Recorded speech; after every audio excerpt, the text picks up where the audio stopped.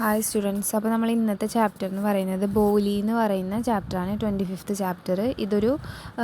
ബോലി എന്ന് പറയുന്നത് ഒരു ഗേളാണ്, ചെറിയൊരു കുട്ടി. അവളുടെ റിയൽ നെയിം എന്ന് പറയുന്നത് സുലേഖ എന്നാണ്. പക്ഷേ അവളെ വിളിക്കുന്നത് വിളിപ്പേര് ബോലി എന്നാണ്.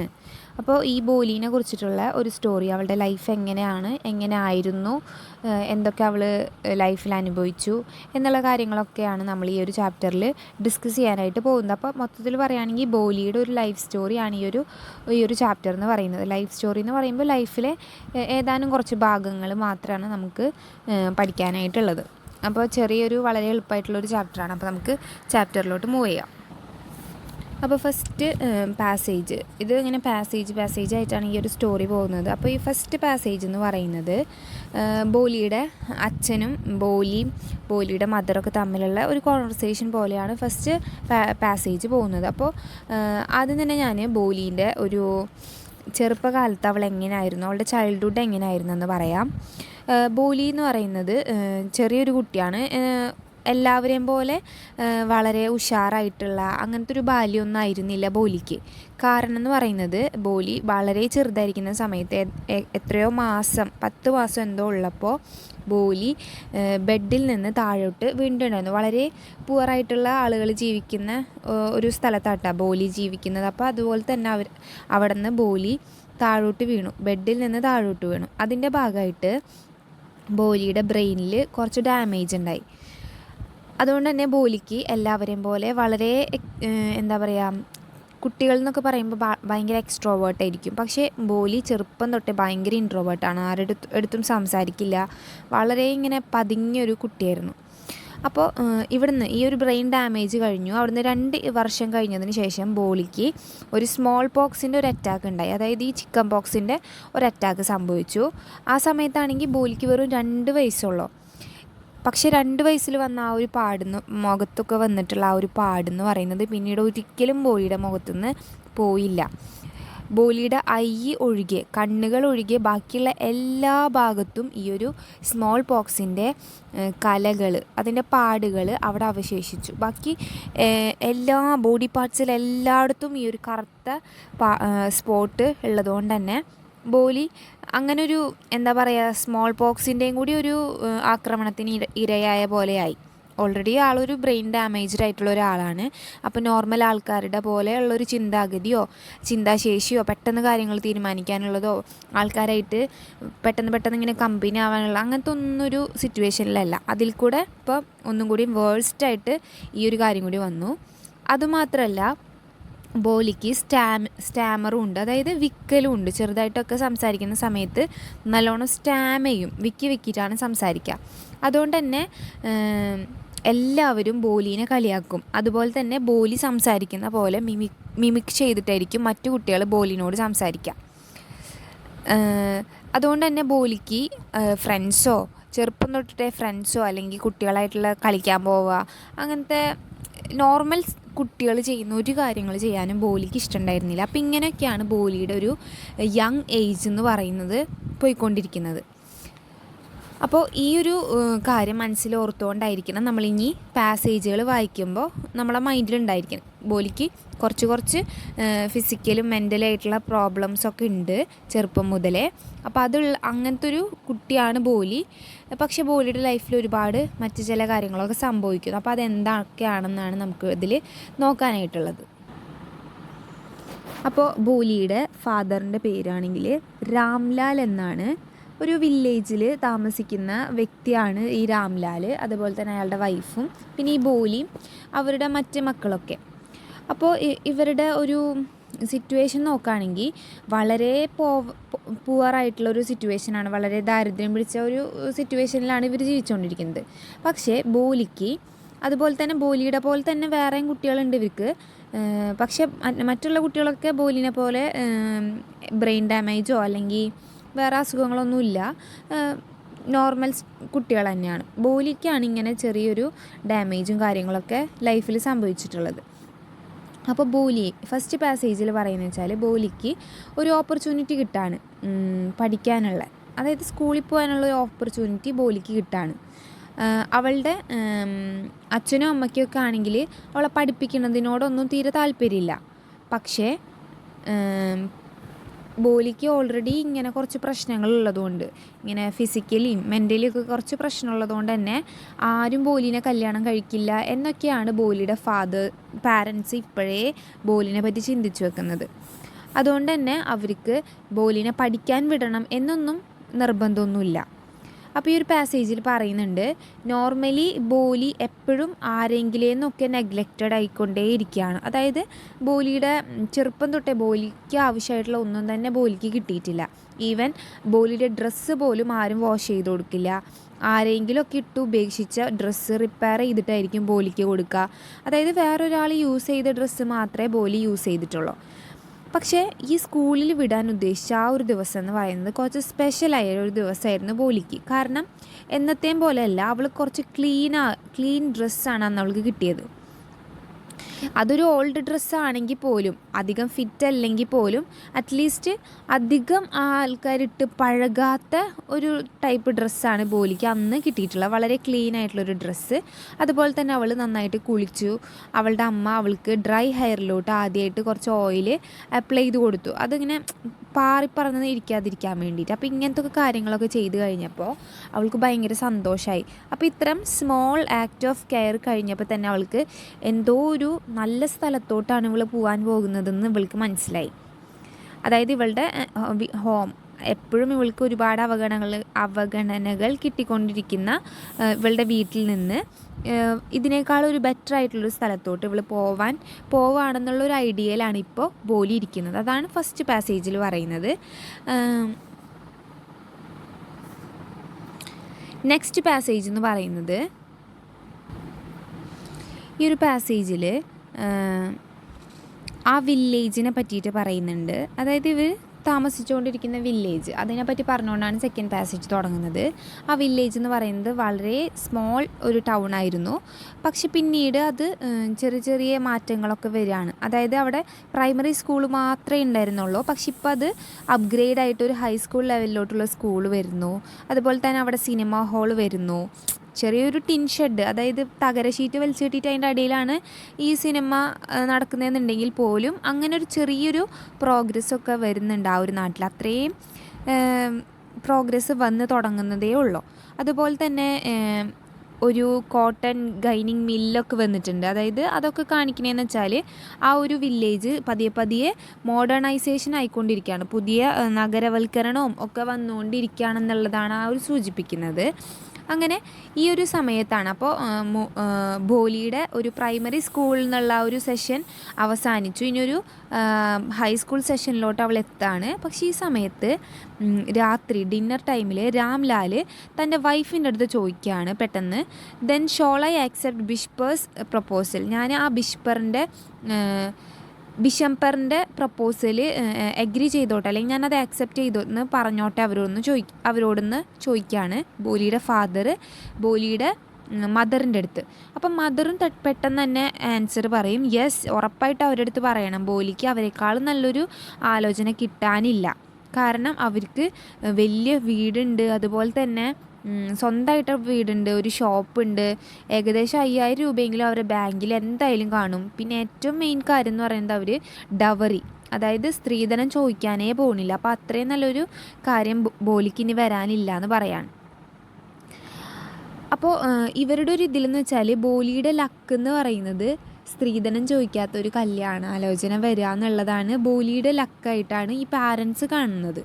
അപ്പോൾ അവരതിന് കണ്ടുപിടിക്കുന്ന മറ്റ് റീസൺ എന്ന് പറയുന്നത് ആ ഒരു ഗ്രൂമിന്, കല്യാണം കഴിക്കാൻ വരുന്ന ആ ഒരു വ്യക്തിക്ക് ഒരു ഷോപ്പുണ്ട്, അതുപോലെ തന്നെ അയാൾക്ക് സ്വന്തമായിട്ടൊരു വീടുണ്ട്, ഏകദേശം 5000 രൂപയോളം അയാളുടെ 5000 മീൻസ് ഒരു കുറച്ച് 1000 രൂപകൾ അയാളുടെ കയ്യിലുണ്ടായിരിക്കും. അപ്പോൾ അയാളൊരു ഫിനാൻഷ്യലി സ്റ്റേബിളായി എന്നുള്ളതൊക്കെയാണ് ഈ ഒരു അവർ പറയുന്നത്. ഏറ്റവും മെയിനായിട്ടുള്ളൊരു കാര്യം മോസ്റ്റ് ഇമ്പോർട്ടൻ്റ് ആയിട്ടുള്ളൊരു കാര്യമായിട്ട് ഇവർ പറയുന്നതെന്ന് വെച്ചാൽ അയാൾ ഡവറി ഡിമാൻഡ് ചെയ്യുന്നില്ല. അപ്പോൾ ഇവരതിനൊരു ബ്ലെസ്സിങ് ആയിട്ടാണ് കാണുന്നത്, ഈ ഡവറി ഡിമാൻഡ് ചെയ്യുന്നില്ല എന്നുള്ള കാര്യത്തിൽ. അപ്പോൾ ഇത്രയും പറഞ്ഞുകൊണ്ട് നമ്മുടെ ആ ഒരു സെക്കൻഡ് പാസേജ് അവസാനിക്കുകയാണ്. ദെൻ തേർഡ് പാസേജിലോട്ട് മൂവ് ചെയ്യുമ്പോൾ തേർഡ് പാസേജ് ആണെങ്കിൽ ഒരു വെഡ്ഡിങ് സെറിമണിയുടെ ഒരു കാര്യം പറഞ്ഞുകൊണ്ടാണ് തേർഡ് പാസേജ് സ്റ്റാർട്ട് ചെയ്യുന്നത്. തേർഡ് പാസേജിൽ ഗ്രൂം, അതായത് ബിഷംപർ എന്നാണ് കേട്ടോ ഗ്രൂമിൻ്റെ പേര്. അപ്പോൾ ബിഷംപർ ആണെങ്കിൽ ഈ ഒരു യെല്ലോ മേരി ഗോൾഡ് ഗാർലൻഡ് ബ്രൈഡിൻ്റെ ഇങ്ങനെ ഇന്ത്യൻ വെഡ്ഡിങ്സിൽ ഇങ്ങനെ ഈ ഒരു ഗാർലൻഡ് ഇങ്ങനെ പൊക്കി നോക്കുക എന്നുള്ള ഒരു ഇതുണ്ടല്ലോ, ഒരു ഐഡിയ ഉണ്ടല്ലോ. അതായത് ഒരു ദുപ്പട്ട പോലത്തെ സാധനം നമ്മുടെ തലയിൽ കൂടി ഇട്ടിട്ട് അതിങ്ങനെ പൊക്കി നോക്കുക. ഹസ്ബൻഡ് ആദ്യമായിട്ട് വൈഫിനെ കാണാൻ വേണ്ടിയിട്ട് ഈ ഒരു ഗാർലൻഡ് ഇങ്ങനെ ആ ഒരു വെയിൽ അയാളുടെ മുഖത്തോട് ഇങ്ങനെ വീണെടുക്കായിരിക്കും. അപ്പോൾ അത് റിമൂവ് ചെയ്തിട്ടായിരിക്കും വൈഫിനെ കാണാം. അങ്ങനത്തെ ഒരു കോൺസെപ്റ്റ് ഉണ്ടല്ലോ. അപ്പോൾ ആ ഒരു കോൺസെപ്റ്റിൽ നടന്നുകൊണ്ടിരിക്കുകയാണ്. അപ്പം ആ ഒരു സമയത്ത് പെട്ടെന്ന് ഗ്രൂമിൻ്റെ റിയാക്ഷനാണ് പിന്നീട് പറയുന്നത്. അതായത് ബിഷംപർ പെട്ടെന്ന് ബ്രൈഡിൻ്റെ മുഖത്ത് നോക്കിയിട്ട് ആകെ ഇയാൾക്കൊരു ഡിസ്റ്റർബൻസ് ആവുകയാണ്. കാരണം ഇയാൾ അപ്പോഴാണ് അറ്റ്ലീസ്റ്റ് ഈ ബോലീനെ കാണുന്നത് തന്നെ. അപ്പോൾ ഈ ബോലിയുടെ ഫേസിലാണെങ്കിൽ ഫുള്ള് ആ ഒരു ചെറുപ്പത്തിൽ സ്മോൾ പോക്സ് വന്നതിൻ്റെ ഒരുപാട് ബ്ലാക്ക് മാർക്സ് മാത്രമാണ് ആ ഒരു ബോലിയുടെ ഫേസിൽ കംപ്ലീറ്റ് ഉള്ളത്. അപ്പോൾ ഈ ഒരു സമയത്ത് ഇയാൾക്ക് ഭയങ്കര ഷോക്ക്ഡായിപ്പോയി ഇയാൾ. എന്നിട്ട് ഇയാളുടെ ഫുള്ളായിട്ട് ആ ഒരു ഗാർലൻഡ്, ആ ഒരു സിൽക്ക് വെയിൽ പൊന്തിക്കാതെ അത് അവിടെ പകുതിയോളം പിടിച്ചിട്ട് അങ്ങനെ കയ്യിൽ പിടിച്ചിരിക്കുകയാണ്. അപ്പോൾ ഈ സമയത്ത് ബോലിക്കും ആകെ ഒരു എംബ്രേസ്ഡ് സിറ്റുവേഷനായി. അപ്പോൾ അവളുടെ ആ ഒരു വെയിൽ, അതായത് ആ ഒരു ഗാർലൻഡ് ബാക്കിലോട്ട് അവൾ വരിക്കും. അപ്പോൾ അത് അവളുടെ മുഖത്ത് വന്ന് വീണ് ഇങ്ങനെ കിടക്കും. അപ്പോൾ അവൾക്ക് മനസ്സിലായി, അവളുടെ ഫേസ് കണ്ടപ്പോൾ ഇയാൾക്കത് പറ്റിയില്ല എന്നുള്ളത് മനസ്സിലാക്കിയിട്ടാണ് ബോലി അയാളുടെ കയ്യിൽ നിന്ന് ആ ഒരു ഷോള് വിടിയിപ്പിക്കാൻ വേണ്ടിയിട്ട് ബാക്കിലോട്ട് കുറച്ച് വലിഞ്ഞത്. അപ്പോൾ ആ വലിഞ്ഞതിൻ്റെ ഭാഗമായിട്ട് ആ വെയിൽ, അതായത് ആ ഗാർലൻഡ് അവരുടെ മുഖത്ത് തന്നെ വന്ന് വീഴുന്നു. അപ്പോൾ ബിഷംപർ ഇത്രയും ദിവസം ഒരു ഡവറി ഒന്നും ആവശ്യപ്പെട്ടിട്ടില്ലെങ്കിലും ഇപ്പോൾ ബിഷംപർ ഈ ഒരു ഫേസ് കണ്ടത് പിന്നെ ഇവൻ്റെ ഫ്രണ്ടിനോട് പറയും, ഇവളുടെ മുഖത്ത് നിറച്ച് ബ്ലാക്ക് മാർക്സ് ആണ് ഉള്ളത്. അപ്പോൾ ഇവൻ അവിടെ നിന്നുകൊണ്ട് ഓപ്പൺലി ഡിമാൻഡ് ചെയ്യും, എനിക്ക് 5000 രൂപ 5000 റുപ്പീസ് ഇപ്പോൾ കിട്ടണം ഇവളുടെ കല്യാണം കഴിക്കണം എന്നുണ്ടെങ്കിൽ. രാംലാലിനോട് ഡിമാൻഡ് ചെയ്യാണ്. രാംലാലിന് ഭയങ്കര ഇൻസൾട്ടഡ് ആയി പോയെങ്കിലും ആ ഒരു സമയത്ത് അയാളുടെ ആ ഒരു ഓണർ, സ്വന്തം മകളുടെ കല്യാണത്തിന് അയാളുടെ ഒരു ഓണർ, അയാൾക്ക് സ്വന്തമായിട്ടുള്ള ഒരു സെൽഫ് റെസ്പെക്റ്റ് എല്ലാം മറന്നുകൊണ്ട് ഇയാൾ ഈ ഒരു ബിഷംപറിൻ്റെ കാൽക്കൽ വീണുകൊണ്ട് ബെഗ് ചെയ്യാണ്, അവരെ നാണം കെടുത്തല്ലേ എന്നൊക്കെ പറഞ്ഞിട്ട് ബെഗ് ചെയ്യാണ്. ഞാൻ നിങ്ങൾക്ക് 5000 രൂപ തരാൻ പറ്റില്ല, പക്ഷെ ഞാൻ നിങ്ങൾക്ക് ഉറപ്പായിട്ട് ഒരു 2000 രൂപ തരാമെന്ന് പറയാണ്. അപ്പോൾ പറയാണ്, ഈ 2000 രൂപ കൊടുക്കുമ്പോൾ ഈ ഒരു ഫാദർ പറയുന്നുണ്ട്, നിങ്ങൾക്ക് ഇത്രയും തരാൻ പറ്റുള്ളൂ, കാരണം നിങ്ങൾ അത്ര യങ് ആയിട്ടുള്ള ഒരാളല്ലല്ലോ, അത്യാവശ്യം ഏജ്ഡ് ഒരു വ്യക്തിയല്ലേ നിങ്ങൾ. ഈ ഒരു ബിഷംപറിൻ്റെ പ്രത്യേകത എന്ന് പറയുന്നത്, ബിഷംപർ കുറച്ച് ബോലിനെ വെച്ച് നോക്കുമ്പോൾ കുറേ ഓൾഡ് മാനാണ്, അതുപോലെ തന്നെ ഗ്രീഡി ആയിട്ടുള്ള ഒരു വ്യക്തിയും ലെയിമുമാണ്, അതായത് ഒരു മുടന്ത് പോലത്തെ ഒരു ആളും കൂടിയാണ്. അപ്പോൾ ഇത്രയൊക്കെ കാര്യങ്ങളില്ല, അതുകൊണ്ട് എനിക്ക് നിങ്ങൾക്ക് ഒരു 2000 രൂപയെ തരാനായിട്ട് പറ്റുള്ളൂ എന്നുള്ള കാര്യം പറഞ്ഞിട്ട് ഈ ഒരു തേർഡ് പാസേജ് ഇവിടെ സ്റ്റോപ്പ് ആവാണ്. ദെൻ നാലാമത്തെ പാസേജ് നോക്കുമ്പോൾ the flames of secret fire slowly down. അതായത് ഈ ഒരു ഇന്ത്യൻ റിച്വൽസ് അല്ലെങ്കിൽ ഹിന്ദു റിച്വൽസിൽ കാണുന്നതാണ് ഒരു മണ്ഡപം, അതായത് അവിടെ ഒരു ഫ്ലെയിമൊക്കെ ഇങ്ങനെ തീയൊക്കെ കത്തിച്ചിട്ട് ഒരു ചെറിയൊരു തറയുടെ ഉള്ളിൽ അങ്ങനത്തെ ഒരു സംഭവം, അതിൽ ഫുള്ള് ഫയറായിരുന്നു. അപ്പോൾ ഇവരുടെ കല്യാണം ഏകദേശം മുടങ്ങിയ പോലെ ആയി. അപ്പോൾ ആ സമയത്ത് അതിലുള്ള ഫയറൊക്കെ ഇങ്ങനെ അതായത് കെട്ടുകൊണ്ടിരിക്കുകയാണ്. അപ്പോൾ അതുപോലെ തന്നെ ആ ഒരു കല്യാണത്തിന് വേണ്ടി ക്ഷണിച്ചിട്ട് വന്ന ആൾക്കാരെല്ലാം അവിടുന്ന് പോവുകയാണ്. അപ്പോൾ രാംലാലാണെങ്കിൽ വളരെ വിഷമിച്ചിട്ട് ബോലിയുടെ നേരെ തിരിഞ്ഞുകൊണ്ട് ചോദിക്കുകയാണ്, ഇനി ഞങ്ങൾ എന്താ നിന്നെ കൊണ്ട് ചെയ്യേണ്ടത്, നിന്നെ ആരും ഇനി കല്യാണം കഴിക്കില്ല, നിന്നെ ഞങ്ങൾ എന്ത് ചെയ്യണ്ടേന്നൊക്കെ ചോദിക്കുകയാണ്. അപ്പോൾ ഇത്രയും കാലം ബോലി എന്ന് പറയുന്നൊരു വ്യക്തിനെ എല്ലാവരും ബോലി എന്നാണ് വിളിക്കുക. പക്ഷെ അതല്ല അവളുടെ റിയൽ നെയിം, സുലൈഖ എന്നാണ് അവളുടെ റിയൽ നെയിം. പക്ഷേ ആരും തന്നെ അവളെ സുലൈഖ എന്ന് വിളിക്കില്ല, എല്ലാവരും അവളൊരു പൊട്ടത്തിയായിട്ട് കണ്ടുകൊണ്ട് തന്നെ ബോലി എന്നാണ് വിളിക്കുക. അപ്പോൾ ഈ ഒരു ഇത്രയും ട്രാജിക്കായിട്ടുള്ളൊരു സിറ്റുവേഷനിൽ നിൽക്കുമ്പോഴും ബോലി വളരെ കാം ആൻഡ് ക്വയറ്റായിട്ട്, ഒച്ച ഒട്ടും തന്നെ ഇടറാതെ വളരെ സ്റ്റഡി ആയിട്ട് ഇവൾ പറയാണ്, നിങ്ങൾ അധികം വിഷമിക്കേണ്ട അച്ഛാ, അതായത് ഡോണ്ട് വെറി പിതാജി, ഇനിയൊരു ഓൾഡ് ഏജ്, നിങ്ങൾ വയസ്സാവുന്ന സമയത്ത്, അതായത് ഓൾഡ് ഏജ് ആവുന്ന സമയത്ത് I will serve you and mother, ഞാൻ നിങ്ങളെ നോക്കിക്കോളാം, ഞാൻ നിങ്ങളെ അമ്മേനെയും ഞാൻ നോക്കിക്കോളാം. അതുപോലെ തന്നെ ഞാൻ എവിടെ നിന്നാണോ പഠിച്ചത്, എൻ്റെ എഡ്യൂക്കേഷനൊക്കെ എവിടെ നിന്നാണോ കംപ്ലീറ്റ് ആയിട്ടുള്ളത് അവിടെ തന്നെ ഞാൻ ടീച്ചറായിട്ട് ജോലിക്ക് കയറിക്കോളാം. ഇത്രയൊക്കെ മതിയില്ലേ എന്ന് ചോദിക്കുകയാണ്. അപ്പോൾ ഇതൊക്കെ കേട്ടുകൊണ്ട് അവരുടെ ഒരു കോർണറിൽ നിൽക്കുന്ന ടീച്ചർ, ഇവളുടെ ടീച്ചർ വന്നിട്ടുണ്ടാവും കല്യാണത്തിന്. അപ്പോൾ അവിടെ നിന്നുകൊണ്ട് ടീച്ചർ ഇതൊക്കെ കണ്ടിട്ട് പറയാണ്, യെസ് ബോലി, ഓഫ് കോഴ്സ് ശരിയാണ് ബോലി, നിനക്ക് അവിടെ ടീച്ചറായിട്ട് കയറാനായിട്ട് സാധിക്കും എന്ന് പറയാണ്. അപ്പോൾ ഈ ഒരു സമയത്ത് അവർ ചിരിച്ചുകൊണ്ടാണ് അവർ ഈ ഒരു കാര്യം പറയുന്നത്, നിനക്കവിടെ ജോയിൻ ചെയ്യാൻ പറ്റുന്നുള്ളത്. ആ ഒരു ചിരി എന്ന് പറയുന്നത് ശരിക്കും ഒരു ഡീപ്പ് സാറ്റിസ്ഫാക്ഷനാണ്. ഒരു ആർട്ടിസ്റ്റ് തൻ്റെ ആർട്ട് കംപ്ലീറ്റ് ആക്കിയാൽ അയാൾക്ക് തോന്നുന്നൊരു സാറ്റിസ്ഫാക്ഷൻ ഫീലിൽ നിന്ന് വരുന്നൊരു ചിരിയാണ് ആ ഒരു സമയത്ത് ആ ടീച്ചർക്ക് വന്നത്.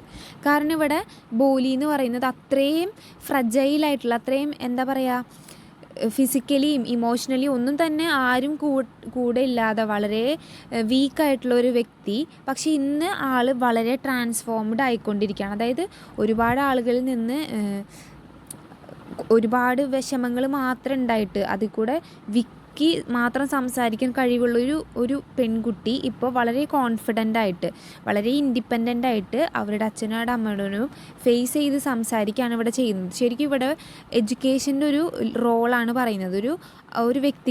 ഒരു വ്യക്തിയുടെ ലൈഫ് എത്രത്തോളം മാറ്റിമറിക്കാൻ ഒരു എഡ്യൂക്കേഷനെ കൊണ്ട് സാധിക്കും എന്നുള്ളതാണ് ഈ ഒരു സ്റ്റോറി, ബോലിയുടെ സ്റ്റോറി പറയുന്നത്. സ്കൂൾ ടീച്ചർ അല്ലെങ്കിൽ സ്കൂളൊക്കെ ഇവൾക്ക് കൊടുത്തത് ആ ഒരു സ്ട്രെങ്ത്താണ്. എന്തെങ്കിലും ഇൻജസ്റ്റിസ് സംഭവിച്ചാൽ സ്വന്തം ഡിഗ്നിറ്റി, അതായത് സ്വന്തം അഭിമാനത്തിനെ കാത്തുരക്ഷിക്കാൻ വേണ്ടിയിട്ട് നമുക്ക് നമ്മുടെ എഡ്യൂക്കേഷൻ യൂസ് ചെയ്യാൻ പറ്റുമെന്നുള്ള ആ ഒരു വല്ലാത്ത സ്ട്രെങ്ത്താണ് ഇവിടെ ബോലി യൂസ് ചെയ്തിട്ടുള്ളത്.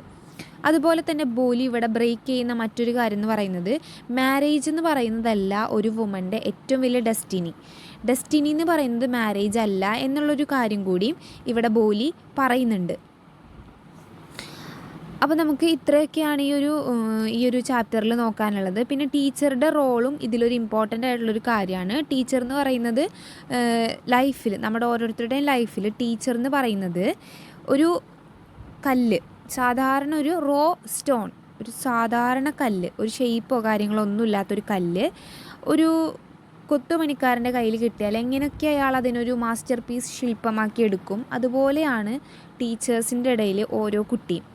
എത്ര കഴിവില്ലാത്തതോ കഴിവുള്ളതോ ആയിക്കോട്ടെ, ഒരു ടീച്ചർ ഒരു കുട്ടീനെ വാർത്തെടുക്കാനായിട്ട് അല്ലെങ്കിൽ നല്ല ഗൈഡൻസ് കൊടുക്കാനായിട്ട് ശ്രമിച്ചാൽ, നന്നായി മുന്നോട്ട് കൊണ്ടുപോയാൽ ഉറപ്പായിട്ടും ഒരിക്കലും ആ ഒരു കുട്ടി ഒരു പൊട്ടക്കല്ലിൽ നിന്ന് മാസ്റ്റർ പീസായിട്ടുള്ള ശില്പങ്ങൾ ഉണ്ടാവുന്നത് പോലെ ഒരു മോശം സമയത്തിൽ നിന്ന് അല്ലെങ്കിൽ ഒരു മോശം ചൈൽഡ്ഹുഡിൽ നിന്ന് വളരെ പവർഫുള്ളായിട്ടുള്ളൊരു അഡൾട്ടിലോട്ട് ആ ഒരു കുട്ടിക്ക് മാറാനായിട്ട് സാധിക്കും എന്നുള്ളൊരു വളരെ ഇമ്പോർട്ടൻ്റ് ആയിട്ടുള്ള